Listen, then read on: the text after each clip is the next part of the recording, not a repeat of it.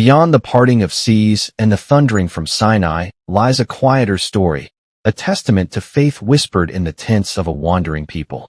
It is the story of Mahlah, Noah, Hoglah, Milcah, and Tirzah, the daughters of Zelophehad, whose courageous plea to Moses would not only save their father's name, but reshape the very laws of inheritance for a nation. Welcome to God's Storyteller.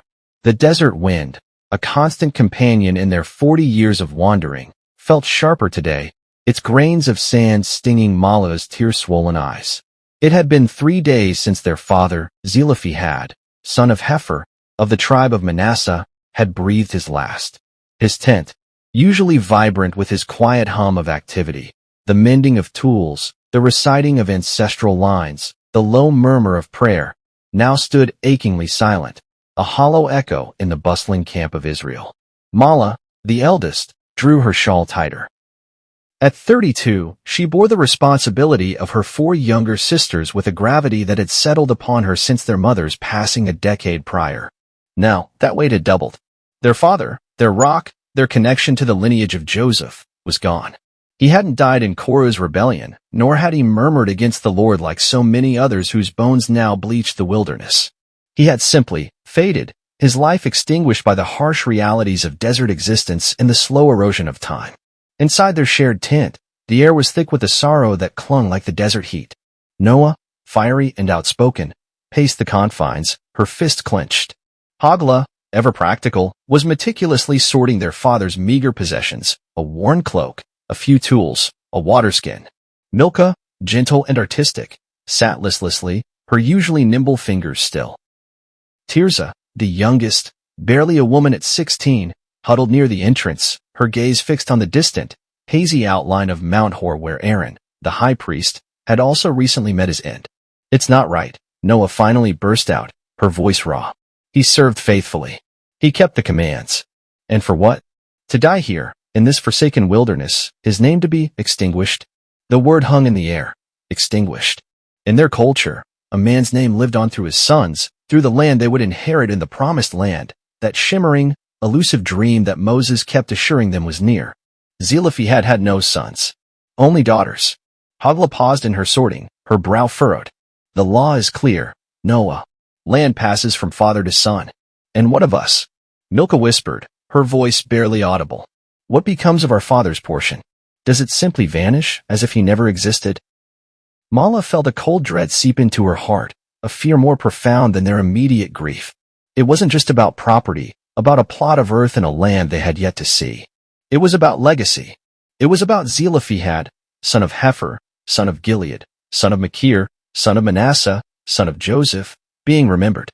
If his name was cut off from among his family because he had no son, then a vital link in the chain of their heritage would be broken. Tirzah finally spoke, her young voice trembling. Will they forget Abba? Will his sacrifices, his quiet faith, mean nothing when the lots are cast for Canaan? Mahlah went to Tirzah, enfolding her in an embrace. "No, little sister," she said, her voice firmer than she felt. "We will not let them forget." But even as she spoke the words, a chasm of uncertainty opened before her. The traditions were ancient, the laws set by Moses himself, guided by the Lord. Who were they, 5 orphaned women, to question them? Yet, the thought of their father's name being blotted out, his memory fading into the desert sands like a forgotten footprint, was an agony almost as sharp as his loss. That night, as her sisters slept fitfully around her, Mahlah lay awake, the desert wind whispering ancient laws and new, unsettling questions. The weight of their father's absence was immense, but a new weight was settling upon her shoulders, the dawning realization that if their father's name was to endure, it would be through an act of courage they hadn't yet dared to imagine. The days that followed Zelophehad's mourning period were filled with a quiet industry born of necessity. The sisters divided his tasks, maintained their tent, and participated in the daily rhythms of the camp, the grinding of manna, the fetching of water, the mending of garments. But beneath the surface of these routines, a current of unease flowed. Whenever the tribal elders of Manasseh gathered, or when discussions arose about the imminent division of the promised land, Mahlah would see the pitying glances cast their way, hear the hushed whispers. Zelophehad's daughters, a shame he had no sons. His portion will revert to the clan, of course. Noah, less adept at concealing her feelings, often bristled. They speak as if Abba was a fleeting shadow, she'd exclaim back in the privacy of their tent, as if his life's devotion counts for nothing without a male heir to carry his shield into Canaan. Hoglah, ever the pragmatist, began to make discreet inquiries among the older women, among the wives of minor clan leaders. I asked Aunt Zibia about the inheritance customs from her grandfather's time. She reported one evening, her face grim. It has always been thus, land to the sons. If no sons, then to the brothers. If no brothers, then to the father's brothers. The line must remain with the males of the clan, to keep the tribal portions intact. But why?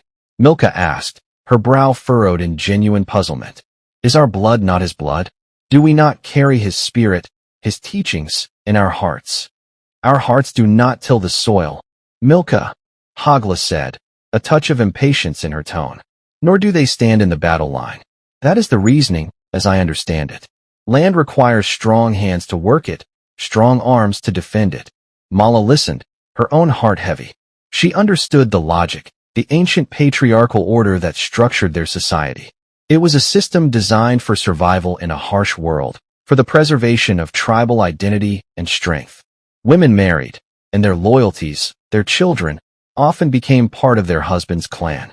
If women inherited land, it could pass out of the tribe through marriage, diluting the ancestral holdings. Yet, something felt profoundly wrong. Their father had been a good man, a man of faith. He had no brothers. His uncles, if any were still alive, were distant, for his portion to be absorbed by them, men who might barely remember his face, while his own daughters were left with nothing but memories and the prospect of dependency through marriage. It felt like a second death for Zelophehad. One evening, as the smoke from countless cook fires mingled with the scent of the desert evening, Mahlah gathered her sisters. The setting sun cast long, mournful shadows across the encampment. We need to understand the law fully, Mahlah began, her voice low but firm. Not just the customs whispered by the elders, but what Moses himself has declared, what the Lord has commanded. Tirzah, who had a quick mind and a surprisingly retentive memory for the teachings recited at the assemblies, nodded. Moses has spoken often of justice, of caring for the orphan and the widow. Surely there is something. Perhaps, Mahlah mused, the laws proclaimed were for a people with sons. Perhaps our situation, a man dying with only daughters and no close male kin to directly inherit, is an oversight? A case not yet considered. Noah scoffed. An oversight? You think the Almighty overlooks such things, Mahlah? Or is it that men make the laws to favor men, and simply assume women will be provided for by them? Whatever the reason, Mahlah said, meeting Noah's fiery gaze, we cannot stand by and watch Abba's name be erased. We must learn. We must think. And then, she took a deep breath, a flicker of her father's quiet determination igniting in her eyes. We must decide what to do. Their quest for understanding led them to the fringes of the assemblies, listening intently as the Levites recited the statutes.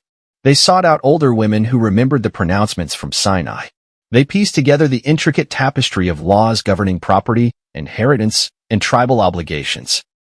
And the more they learned, the clearer their predicament became. Under existing interpretation, they, the daughters of Zelophehad, had no claim to his land, and thus, his name faced oblivion within the land-based lineage of Israel. The weight of their discovery settled heavily. For weeks, a pall hung over their tent. Milcah's gentle artistry ceased. She found no beauty to capture. Noah's fiery spirit seemed banked, smoldering with a frustrated anger. Hoglah went about her tasks with a grim efficiency, but the usual spark in her practical eyes was gone. Tirzah watched her older sisters, her youthful optimism slowly giving way to a quiet despair. Mahlah felt the burden most acutely. As the eldest, she was their de facto head, the one they looked to for guidance, for strength. But how could she guide them when the path ahead seemed a barren wasteland, devoid of hope for their father's legacy? She spent long hours in prayer, not with formal words, but with a deep, aching yearning in her soul, a silent plea to the God of their fathers, the God who had parted seas and rained down manna. Was there truly no justice for them, no place for their father's name in the land he was leading them to? One evening, as they ate their meager meal of manna cakes and dried fruit, Noah suddenly threw her cake to the ground. I cannot bear it, she cried, her voice cracking. To think of Abba, who walked so humbly before the Lord, to be counted as nothing. To have his portion swallowed by some distant cousin who likely only covets the extra land, not the memory of the man. Noah, hush, Hoglah chided, though her own eyes were glistening. What can be done? The law is the law. The elders of Manasseh are already eyeing Abba's expected portion, discussing how it will be redistributed within the clan of Heifer. Then the law is unjust, Noah retorted, leaping to her feet. Or it is incomplete. Did not the Lord himself say to Moses, "You shall not pervert justice. You shall not show partiality"? Milcah looked up, a flicker of interest in her usually downcast eyes. "Where is that written, Noah?" "In the statutes concerning judgment," Noah declared, pacing again. "And what of the command to honor thy father and thy mother? How do we honor Abba if we allow his name to be blotted out from among his people?" A fragile silence descended, broken only by the distant bleating of sheep. Mahlah looked at Noah, really looked at her. Beneath the fire, beneath the impatience, was a fierce love for their father, a passionate cry for what was right. And in Noah's words, Mahlah felt a tiny, hesitant spark ignite within her own weary heart. "Perhaps," Mahlah said slowly, the words forming as she spoke, "perhaps Noah is right. Perhaps the law, as it stands or as it is understood, does not account for a situation like ours. Our father did not sin against the Lord like Korah's company, whose families might justly lose their inheritance. He died in his own sin, the common sin of all humanity born of Adam, the sin that keeps us all from perfection, but not a rebellion that would warrant such a forgetting."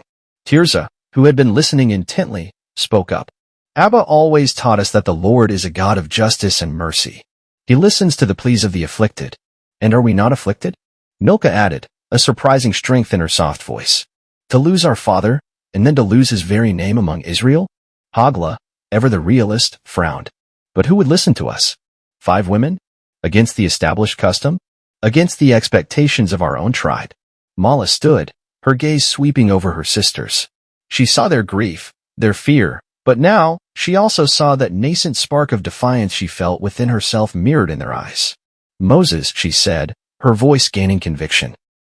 "Moses is the lawgiver. Moses speaks with the Lord.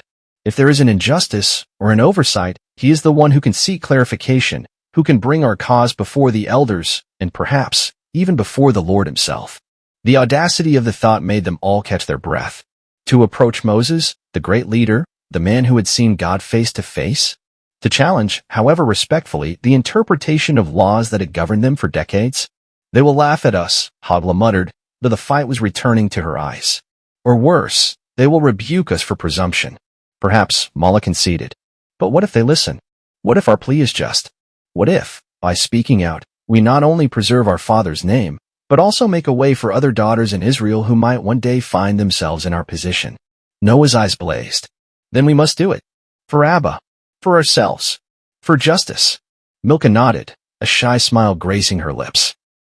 "If we go together, perhaps our courage will hold." Tirzah clasped Mahlah's hand. "I am afraid, Mahlah, but I will go with you." Mahlah looked at each of her sisters, her heart swelling with a mixture of trepidation and a fierce, protective love. The spark had caught. It was small, fragile, easily extinguished by the winds of opposition or fear. But it was there. "Then it is decided," Mahlah declared, her voice resonating with a newfound purpose. "We will prepare ourselves. We will formulate our plea. And then, together, the daughters of Zelophehad will stand before Moses and the leaders of Israel." The desert night still whispered its uncertainties, but now, mingled with the sound, was the faint but determined heartbeat of 5 sisters ready to fight for the inheritance of a name. The decision, once made, infused the sisters' tent with a nervous energy. The initial fear remained, a cold knot in Mahlah's stomach, but it was now overlaid with a sense of purpose that was almost exhilarating. They were no longer passive victims of circumstance. They were to be agents of their own, and their father's, destiny. Their first task was to craft their plea. This was no small matter. They would be addressing not only Moses, but also Eleazar the priest, and the chieftains, the leaders of the tribes, the highest authorities in Israel. Their words had to be respectful, yet firm, humble, yet clear in their assertion of injustice. "We must begin by honoring our father," Mahlah stated, taking a piece of smooth clay and a stylus, though she knew the true record would be in their hearts and on their tongues. "We must make it clear he was not a rebel, not one who brought shame upon his clan or upon Israel." Noah nodded vigorously. "Yes, we must say, our father died in the wilderness. He was not among the company of those who gathered themselves together against the Lord in the company of Korah, but died in his own sin. And then, Hoglah interjected, her practical mind already dissecting the legalities. We must state the core of our problem. He had no sons. She paused. It sounds so final, so stark. It is stark, Hoglah, Milcah said softly. That is why we are doing this. She traced a pattern in the dust with her finger. Perhaps we should then ask the question directly? Why should the name of our father be taken away from among his clan because he had no son? Tirzah, listening intently, added, and then our request. What is it we truly want? Give to us a possession among our father's brothers. It was the customary way land was held, a share within the larger clan holdings. Mahlah wrote, her hand surprisingly steady. The words, when spoken aloud by her sisters, took on a solemn weight. They practiced them, over and over, each sister taking a turn to recite a part, their voices gaining confidence with each repetition. They debated nuances. Should they sound more sorrowful or more determined? Should they appeal to compassion or strictly to justice? Both, Mahlah decided. Our sorrow is real, and our cause is just. Let our voices carry both. They also anticipated the counter-arguments. The elders of Manasseh would surely speak of tradition, of the need to keep land within the male lineage to prevent tribal portions from being diminished if daughters married into other tribes. What if they ask us about marriage? Tirzah wondered, a blush rising on her cheeks. She, like her sisters, was of marriageable age, though their mourning period had naturally put such thoughts aside. If they ask, we will answer honestly, Mahlah said. Our first concern is our father's name and his rightful inheritance. Our futures, our marriages, those are in the Lord's hands. But surely, our marrying should not be a reason to deny our father his due. During this time of preparation, they felt the subtle shifts in the camp around them. News, even of unspoken intentions, traveled fast in the close-knit community. Some women offered quiet words of encouragement, a shared understanding of the limitations placed upon their gender. May the Lord hear your plea, one elderly widow whispered to Mahlah as she drew water from the well. Others, particularly some of the men from their own tribe of Manasseh, looked upon them with suspicion or even outright disapproval. They are overstepping, Mahlah overheard one man mutter to another as she passed a group of elders. A woman's place is in the tent, not making demands before the leaders. Such comments stung, but they also solidified the sisters' resolve. They were not just fighting for themselves. They were challenging a perception, a boundary that had long seemed immutable. The evening before they planned to approach the tabernacle, where Moses often held court at the entrance, a profound quiet settled over their tent. They had done all they could. Their plea was memorized, their arguments considered. All that remained was the act itself, the stepping out in faith. Mahlah looked at her sisters. Noah's eyes, though apprehensive, held a steady fire. Hoglah's practical hands were clasped tightly in her lap, but her chin was set with determination. Milcah, surprisingly, seemed the calmest, a serene light in her gentle face. Tirzah, young Tirzah, looked to Mahlah with a mixture of fear and absolute trust. Tomorrow, Mahlah said, her voice a little hoarse, we walk together. Whatever the outcome, we will have honored Abba by our courage, and we will trust in the Lord's justice. She reached out, and one by one, her sisters placed their hands over hers. 5 hands, united in purpose, seeking an inheritance of more than just land, but of a name, a legacy, and a voice. The morning air was cool, a brief respite before the sun climbed high and baked the desert floor. The camp of Israel was stirring, the sounds of daily life beginning to hum. But for the daughters of Zelophehad, it was a morning unlike any other. Dressed in their cleanest, the well-worn, linen garments, their heads respectfully covered, they emerged from their tent. Mahlah led the way, her heart pounding a rhythm against her ribs that seemed to echo the distant, steady beat of a craftsman's hammer. Noah walked beside her, her head held high, a stark contrast to Milcah, who kept her eyes mostly on the sandy path, her lips moving silently, perhaps in prayer. Hoglah's practical gaze scanned their surroundings, noting the curious glances, the whispered comments that followed them. Tirzah kept close to Mahlah, her small hand occasionally brushing against her older sister's arm for reassurance. Their destination was the entrance to the tent of meeting, the tabernacle, the holy place where the presence of the Lord dwelled among his people. It was here, at the gate of the court, that Moses, along with Eleazar the priest and the chieftains of the tribes, often convened to hear disputes, dispense justice, and govern the affairs of Israel. As they approached, the area was already bustling. Men with grievances, clan leaders with reports, petitioners seeking guidance, all formed a loose assembly. The sight of 5 women, unaccompanied by any male relative, walking with such clear purpose towards the very seat of authority, caused an immediate stir. Conversations dwindled, heads turned, and a pathway seemed to open before them, whether out of respect, surprise, or disapproval, Mahlah couldn't tell. At the forefront stood Moses, his presence commanding, his face weathered by years of leadership and communion with the divine, yet his eyes still sharp and discerning. Beside him was Eleazar, son of Aaron, now the high priest, his priestly garments setting him apart. And around them, seated on simple stools or standing with grave expressions, were the chieftains, the princes of the tribes, men of power and influence. Mahlah's breath caught in her throat. For a moment, the carefully rehearsed words threatened to abandon her. The sheer weight of the assembly, the solemnity of the place, was overwhelming. She felt Tirzah's slight tremor beside her and drew strength from it. She was not alone. Taking a deep, steadying breath, Mahlah stepped forward, her sisters forming a line just behind her. She bowed low, as did her sisters. "Our Lord Moses," Mahlah began, her voice clearer and stronger than she had dared hope. "And to Eleazar the priest, and to the chieftains, leaders of our people, we, the daughters of Zelophehad, of the tribe of Manasseh, come before you with a heavy heart and a humble plea." A hush fell over the gathered crowd. All eyes were upon them. Moses nodded slowly, his gaze patient, encouraging her to continue. "Our father," Mahlah said, her voice resonating with carefully controlled emotion, "died in this wilderness." She then recited the words they had practiced, the core of their identity and their father's standing. He was not among the company of those who gathered themselves together against the Lord in the company of Korah, but he died in his own sin. She paused, letting the distinction sink in. "And he had no sons." A murmur went through some of the chieftains. This was the crux of it. No sons. The unspoken legal consequence hung in the air.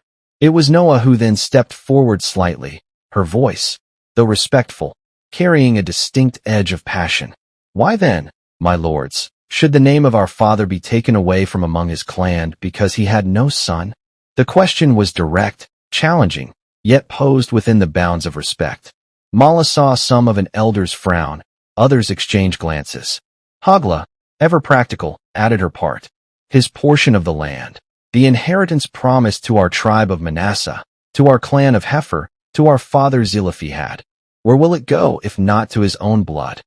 Milcah, her voice soft but surprisingly firm, spoke next. "We are his flesh, his daughters. We honor his memory. We seek to uphold his name in Israel." Finally, young Tirzah, her voice trembling but clear, made their direct request. "Give to us, therefore, a possession among our father's brothers, an inheritance in the land the Lord our God is giving us." They stood then, 5 women, their plea delivered, their hearts laid bare before the leadership of Israel. The silence that followed was profound, broken only by the rustle of wind and the tabernacle curtains and the distant sounds of the camp. Mahlah kept her eyes respectfully lowered, yet she could feel the intensity of the gazes upon them. She had done all she could. Now, they could only wait and pray. Moses listened intently, his gaze moving from one sister to the next as they spoke. His face, a roadmap of wisdom and weariness, betrayed little of his thoughts. Eleazar the priest stood beside him, his expression equally unreadable, though Mahlah thought she detected a flicker of something, surprise, interest, in his eyes. The chieftains murmured amongst themselves, their voices too low for the sisters to discern individual words, but the tone seemed a mixture of consternation and debate. This was unprecedented. Women, directly petitioning for inheritance rights in such a public forum, challenging the established norms, however respectfully. Mahlah could feel the weight of centuries of tradition pressing down on them. Finally, Moses raised a hand, and the murmuring ceased. He looked directly at Mahlah. "Daughters of Zelophehad," his voice was deep, resonant, carrying the authority of one who had spoken with God. "Your words are bold, and your love for your father is evident." He paused, his gaze sweeping over the assembled chieftains. "The matter you bring before us is not a simple one. The laws of inheritance are established to maintain the integrity of the tribal allotments, to ensure that the land given by the Lord remains within the designated families and clans." One of the chieftains from the tribe of Manasseh, a stern-faced man named Zuriel who was a distant kinsman, spoke up. "My lord Moses, with all respect to these women and their grief, if daughters inherit land, and then marry into other tribes, will not the inheritance of Manasseh be diminished? Will not the land pass from our hand to another?" This is the wisdom of our fathers." Other chieftains nodded in agreement. The concern was legitimate, deeply rooted in their societal structure. Mahlah's heart sank a little. This was the argument they had feared most. Moses acknowledged Zuriel with a nod. "Your concern is valid, chieftain. It reflects the established order." He then turned his gaze back to the sisters. "Yet, the plea of these women also carries weight. They speak of a name, a legacy. Is it the Lord's will that a man's name be blotted out of Israel simply because he was blessed only with daughters who honor him?" The question hung in the air, a challenge to the very foundations of their understanding. Mahlah found herself holding her breath. Moses then did something that sent a ripple of awe and anticipation through the entire assembly. He turned his face slightly towards the entrance of the tabernacle, his expression becoming distant, as if listening to a voice only he could hear. A profound stillness fell. Even the desert wind seemed to hold its breath. "I will bring your cause before the Lord," Moses declared, his voice softer now, yet filled with an undeniable authority. "The Lord God of Israel is a God of justice. He will make his will known." He then instructed the sisters to wait, to return to their tent, and he would summon them when a judgment was given.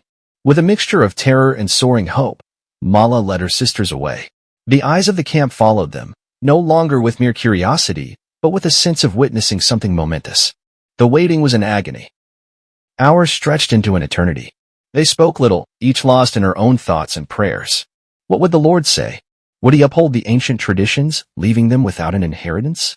Or would he, in his infinite wisdom and compassion, see the justice in their plea? Mahlah found herself replaying every word they had spoken, every expression on the faces of Moses and the elders. Had they been too bold? Not bold enough? Had they honored their father adequately? Late in the afternoon, as the shadows began to lengthen, a messenger arrived at their tent. "The daughters of Zelophehad are summoned. Moses calls for you." Their hearts leaped. Trying to maintain their composure, they followed the messenger back to the entrance of the tabernacle. The assembly was still gathered, though smaller now, the anticipation palpable. Moses stood, and his face, when he looked at them, seemed to Mahlah to hold a new light, a serenity that spoke of divine communion. "Daughters of Zelophehad," he began, and his voice was firm, clear, and resonant with an authority that was not his own. "The Lord has spoken concerning your plea." Mahlah gripped Noah's hand tightly. Tirzah let out a small, almost inaudible gasp. Moses continued, "The Lord said to me, the daughters of Zelophehad are right in what they say." A collective intake of breath swept through those gathered. Right? The Lord himself had declared them right. "You shall surely give them a possession of inheritance among their father's brothers," Moses proclaimed, his voice ringing with the divine decree. "And you shall cause the inheritance of their father to pass to them." Tears welled in Mahlah's eyes, blurring her vision of Moses, of her sisters, of the astonished faces of the chieftains. They had won. Their plea, born of grief and a desperate love for their father, had been heard not just by men, but by God himself. Moses then turned to the chieftains and all of Israel assembled. "And you shall speak to the people of Israel, saying, if a man dies and has no son, then you shall cause his inheritance to pass to his daughter. And if he has no daughter, then you shall give his inheritance to his brothers. And if he has no brothers, then you shall give his inheritance to his father's brothers. And if his father has no brothers, then you shall give his inheritance to his kinsman who is next to him of his clan, and he shall possess it. And it shall be for the people of Israel a statute and rule, as the Lord commanded Moses. A new law, a divine statute, born from their courage." Mahlah felt Noah's hand tremble in hers. Milcah was openly weeping, tears of relief and joy streaming down her face. Hoglah stood straighter, a look of profound satisfaction on her practical face. Even Tirzah was smiling through her tears. Their father's name would not be extinguished. Zelophehad, son of Heifer, would have his portion in the promised land, carried forth by his daughters. The scales of justice, guided by the hand of God, had tipped in their favor. The Lord's ruling in favor of the daughters of Zelophehad sent ripples throughout the entire camp of Israel. It was more than just a personal victory for 5 orphaned sisters. It was a divine amendment to the established legal framework. A clarification that recognized the value and rights of daughters in a way that had not been explicitly articulated before. In the days that followed, Mahlah and her sisters found themselves the subject of much discussion. Some looked upon them with newfound respect, even admiration. "They spoke with wisdom and courage," one woman told Milcah at the well. "And the Lord himself vindicated them. It gives hope to us all." Others, particularly some of the men whose understanding of inheritance had been rigidly patriarchal, grumbled quietly. "This will complicate matters," Mahlah overheard a Manassite elder say. "Land passing through women, it is not the way of our fathers." But even these grumblings were subdued, for who could argue against a direct command from the Lord, delivered through Moses? Eleazar the priest sought them out, his expression thoughtful. "Your faith has brought forth a new understanding of the Lord's justice," he told them. "Remember this day, daughters of Zelophehad, for it will be recorded in the annals of Israel. You have shown that even the seemingly smallest among us can bring about great change when their cause is righteous and their trust is in the Almighty." The sisters themselves were transformed. The initial elation gave way to a quiet sense of awe and responsibility. They had not just secured an inheritance, they had become a part of Israel's legal and spiritual history. Their father's name would indeed be remembered, not just through them, but through the very law that now bore the imprint of their plea. Life, however, continued its rhythms. The camp prepared for the next leg of its journey. The promised land was still ahead, beyond the Jordan, a land to be conquered and then divided. Their inheritance was secured in principle, but its reality was yet to be claimed. Hoglah, ever practical, began to think ahead. "When we cross the Jordan," she said one evening, "and the lots are cast for Manasseh, our portion will be among our father's clan. We must be prepared to manage it, to make it flourish in his name." Noah, her fiery spirit now channeled into a determined resolve, added, "And we must ensure that this law is remembered, that no other daughters in Israel suffer the fear of their father's name being lost." The ruling had indeed changed things, but it also brought forth new considerations. As the time for entering Canaan drew nearer, and as the tribes began to anticipate the actual division of land, the men of their father's clan, the Gileadites within Manasseh, began to voice a specific concern related to the new law. It was Zeriel, the same stern-faced kinsman who had questioned them before Moses, who, along with other heads of the fathers' houses of Gilead, approached Moses again. Mahlah and her sisters were not present this time, but word of the new petition soon reached them, carried on the ever-present currents of camp gossip. "They are worried," a nervous kinswoman told Mahlah. "The men of Gilead. They say, if you daughters of Zelophehad marry men from other tribes of Israel, then your inheritance, which is part of Manasseh's allotment, will be taken away from the possession of our tribe and added to the tribe into which you marry. When the year of Jubilee comes, your inheritance will not return to Manasseh." The Jubilee year, ordained by God, was a time every 50 years when land was to return to its original tribal owners, preventing permanent alienation of ancestral holdings. The Gileadites' concern was that if Zelophehad's daughters married outside Manasseh, their land would effectively be lost to the tribe forever. Even the Jubilee would not restore it if it had become part of another tribe's permanent inheritance through their children. Mahlah felt a familiar knot of anxiety tighten in her stomach. Had their victory been too simple? Was there a consequence they hadn't foreseen, one that would now curtail their newfound rights or place them in another difficult position? The law given for them was just, but the practical application within the complex web of tribal land ownership was proving to be a delicate matter. The summons came again, less than a year after their first momentous hearing. Moses, his face etched with the cares of a nation on the brink of a new era, called for the daughters of Zelophehad. The heads of the fathers' houses of the clan of Gilead, of the families of Manasseh, were also present. The atmosphere was less one of awe and more of sober deliberation. Mahlah led her sisters once more to the entrance of the tabernacle. They were no longer unknown petitioners. They were the women whose cause the Lord himself had affirmed. Yet, this new challenge felt different. It was not about their father's name, but about the integrity of their tribe's inheritance, a concern that resonated deeply within the communal structure of Israel. Moses addressed the assembly. "The leaders of the tribe of Manasseh, the clan of Gilead, have brought a rightful concern before us," he stated, his voice grave. He recounted their argument, that if Zelophehad's daughters married outside their tribe, the land given to them would pass from Manasseh, diminishing their ancestral portion. They fear that on the year of Jubilee, this land will not revert, for it will have become the inheritance of another tribe through marriage and offspring. He looked at Mahlah and her sisters, his gaze searching. "This is a matter of maintaining the Lord's ordained allotments, that no inheritance in Israel shall be transferred from one tribe to another." A heavy silence filled the space. Mahlah understood the dilemma. Their personal right to inherit divinely affirmed, now seemed to clash with the broader principle of tribal land preservation. What was the solution? Would their hard-won victory be curtailed? Then Moses spoke again, and as before, Mahlah sensed that his words carried the weight of divine counsel. The Lord has spoken concerning this matter as well. The tribe of the sons of Joseph speaks what is right. A quiet affirmation for the Gileadites. Mahlah's heart stilled. What would this mean for them?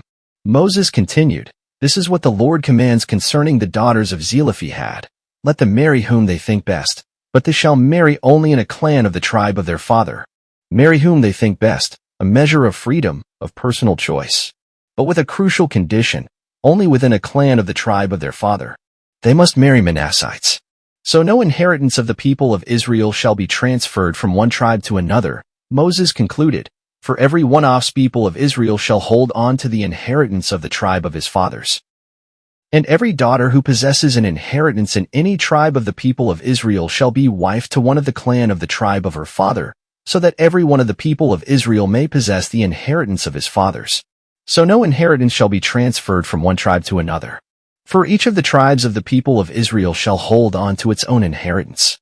The ruling was clear, a careful balancing act. The daughters of Zelophehad would keep their inheritance, their father's name would be preserved through them in the land, and the tribe of Manasseh would retain its ancestral portion.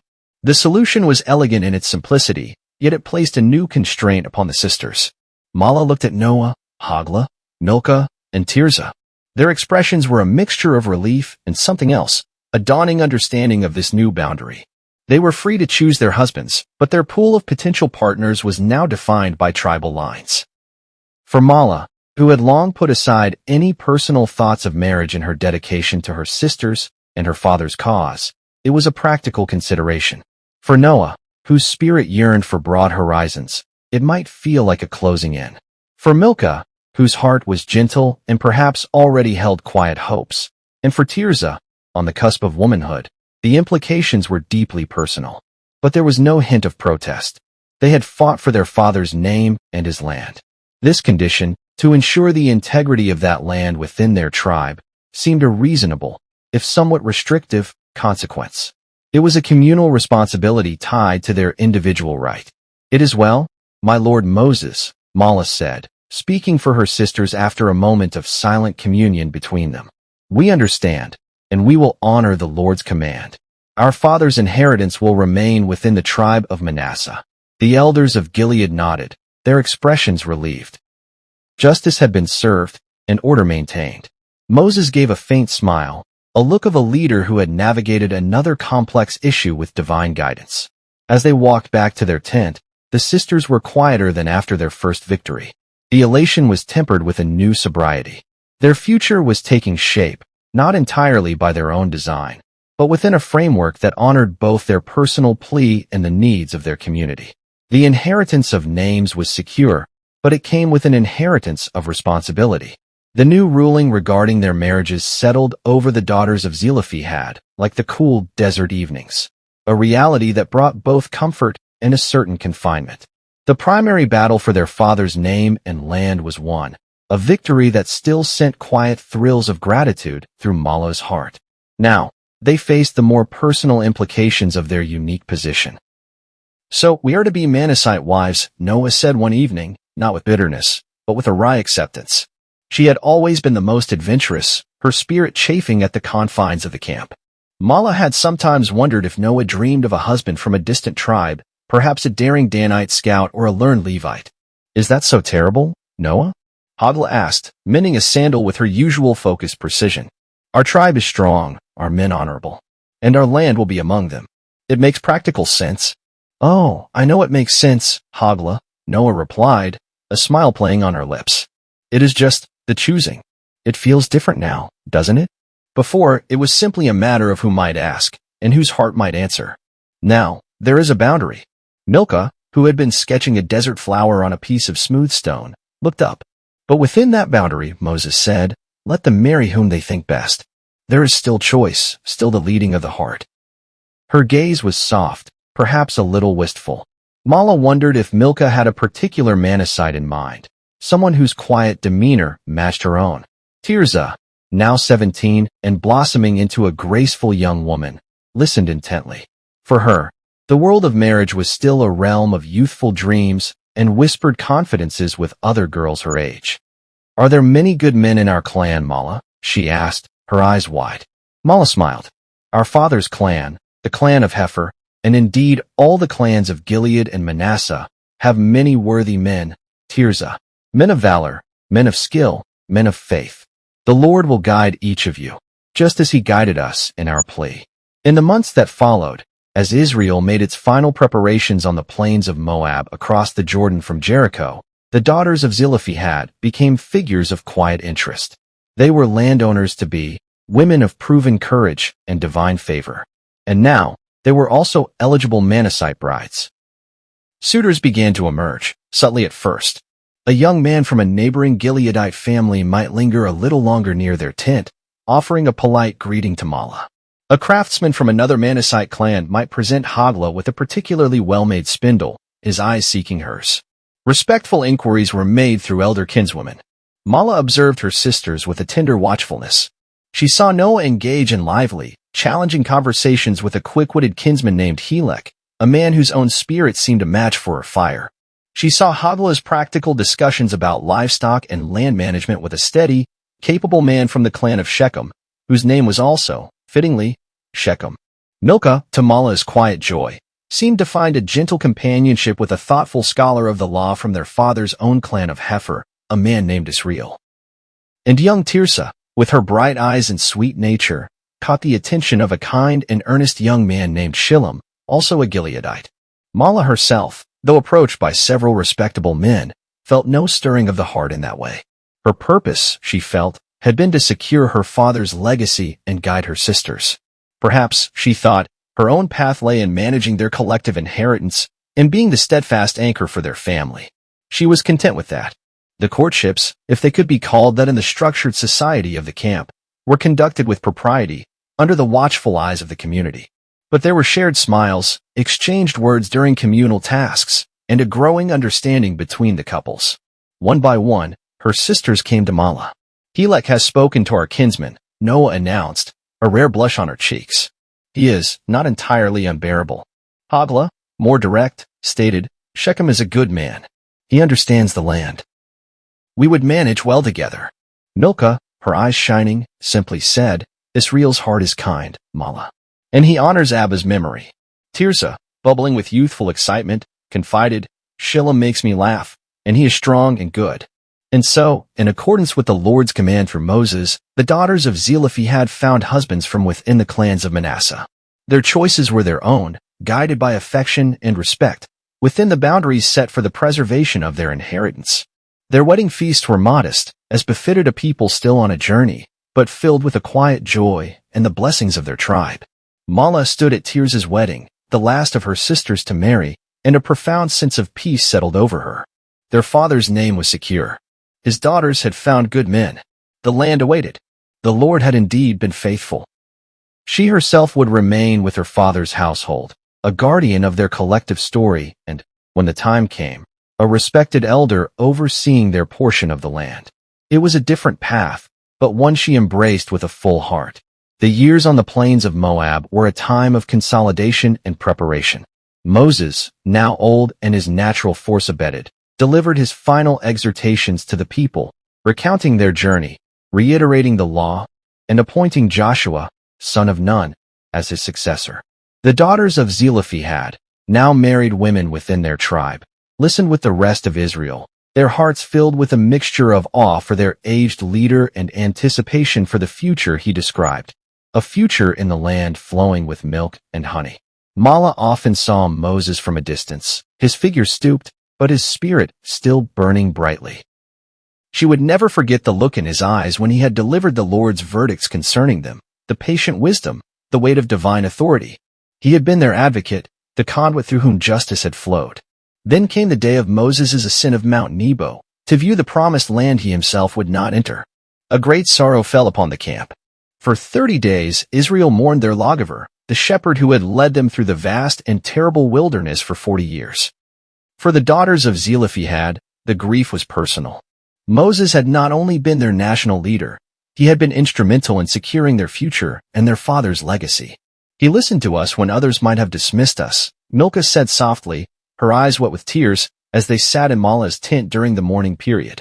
And he sought the Lord's will without partiality, Noah added, her usual fire subdued by sorrow.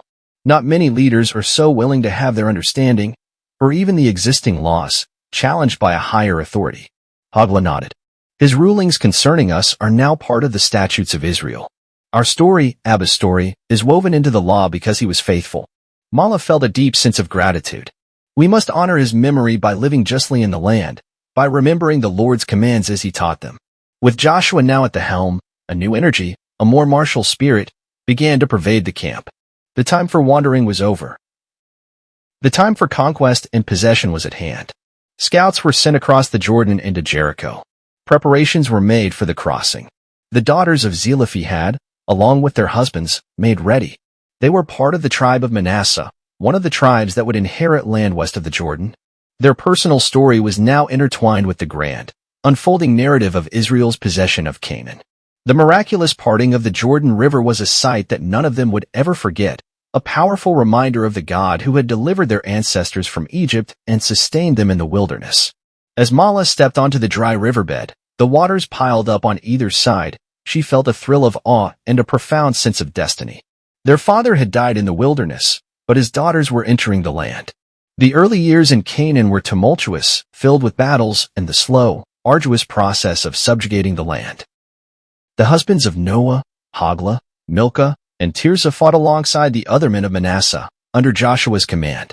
Mahlah, along with the other women, played her part in the encampments, tending to the wounded, preparing food, maintaining the fabric of their communal life amidst the uncertainties of war. She often thought of their father during this time. He had yearned to see this land. Now, through them, his lineage would take root in its soil. The thought gave her strength. Years passed. The major campaigns of conquest under Joshua were largely complete, though pockets of Canaanite resistance remained. The time had come for the formal division of the land west of the Jordan among the 9.5 tribes. Eleazar the priest, Joshua son of Nun, and the heads of the fathers' houses of the tribes gathered at Shiloh, where the tabernacle was now pitched, to cast the sacred lots and apportion the inheritance. Word reached the encampment of Manasseh that their tribe's allotment was being determined. A ripple of anticipation went through the families. For the daughters of Zelophehad, this was the culmination of their long journey, the moment when the divine promise and the legal rulings would become tangible reality. Mahlah gathered her sisters, their husbands standing supportively with them. Though years had passed, and they were now mothers themselves, with children who would carry on their father's name, the bond forged in their shared struggle remained unbreakable. "It is time," Mahlah said, her voice calm but her heart quickening. "The land is being divided. We must go to Shiloh and present ourselves before Eleazar and Joshua and the leaders to receive the portion that the Lord commanded Moses to give us." There was no hesitation. They had faced the highest authorities once before with far less certainty of the outcome. Now, they went armed with a divine decree and an established law. They journeyed to Shiloh, a place now imbued with a sense of permanence and sanctity. The tabernacle stood as a beacon, and the assembly of leaders was convened with solemn purpose. As before, the presence of 5 women seeking audience caused a stir, but this time, it was mingled with recognition. Their story was known. They came before Eleazar the priest, Joshua, and the assembled heads of the tribes. Mahlah, as always, spoke for them, her voice clear and respectful. "The Lord commanded Moses to give us an inheritance among our brothers," she stated, her gaze steady. "Our father, Zelophehad, son of Hepher, of the tribe of Manasseh, died in the wilderness with no sons. But through the justice of the Lord and the wisdom of Moses, his name is not to be cut off. We, his daughters, are here to receive the possession promised to us." Joshua, his face lined with the cares of leadership and warfare but his eyes still keen, nodded. He remembered well the ruling of Moses, a ruling that had become part of the foundational laws of Israel. Eleazar the priest also inclined his head in acknowledgement. "Indeed," Joshua said, his voice carrying the weight of his office. "The daughters of Zelophehad speak what is right and according to the command of the Lord through Moses." He turned to the leaders of the tribe of Manasseh who were present. "Therefore, you shall give them a possession of inheritance among their father's kinsmen, and you shall cause the inheritance of their father Zelophehad to pass to them, according to the word of the Lord." There was no debate this time, no dissenting voices. The law was clear. The leaders of Manasseh readily agreed. The lots were cast for the clans of Manasseh, and within the portion allotted to the descendants of Hepher, a significant share was designated for the daughters of Zelophehad. Surveyors were dispatched, boundaries were marked. And soon, Mahlah, Noah, Hoglah, Milcah, and Tirzah stood upon the soil that was theirs, their father's inheritance, their own hard-won possession. It was good land, fertile and well-watered, a portion worthy of a man who had served the Lord faithfully. The land. It was no longer an abstract promise, a shimmering dream on the horizon. It was beneath their feet, rich and brown, smelling of rain and new growth. Mahlah knelt and let a handful of the soil run through her fingers. This was Zelophehad's portion. This was their home. Each sister, with her husband and growing family, established her household upon their allotted section of the inheritance. Tents gradually gave way to more permanent dwellings of stone and mud brick. Fields were cleared, seeds were sown, and the ancient rhythms of planting and harvest began to mark their days. Noah, with Hoglah by her side, attacked the challenges of cultivating new land with her characteristic energy, her laughter often echoing across the fields. Hoglah and Shechem, with their shared practical wisdom, quickly established a thriving homestead, their flocks and herds multiplying. Milcah and Israel created a home filled with quiet learning and gentle artistry, their children growing up with a deep appreciation for both the law and the beauty of the land.